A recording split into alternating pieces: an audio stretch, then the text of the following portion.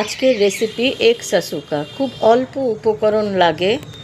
নিলাম পেঁয়াজ, half tomato, কারণ আমি পরিমাণটা একটু অল্প করছি সেই জন্য, একটা ক্যাপসিকাম, দুটো কাঁচা লঙ্কা, দুটো ডিম, ব্যাস এই উপকরণ। আপনারা ইচ্ছা করলে অন্য ভেজিটেবলও এর মধ্যে অ্যাড করতে পারেন। আমার যা ছিল তাই আমি ব্যবহার করেছি। এই রেসিপিটা স্পেশালি বাচ্চাদের জন্য ভীষণ ভালো। তেলও কম লাগে, কোনো রকম মশলাদার কিছু নেই সেরকম। একদম পারফেক্ট বাচ্চাদের জন্য। সকালে ব্রেকফাস্টও খেতে পারেন, বা সন্ধেবেলা একটা হালকা কিছু খিদে লাগে সেই সময়ও এটা খেতে পারেন।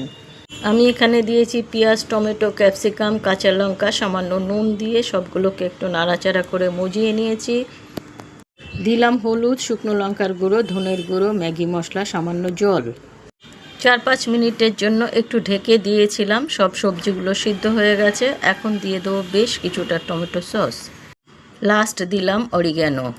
জলের পরিমাণটাও দেখে নিয়েছেন, খুবই অল্প।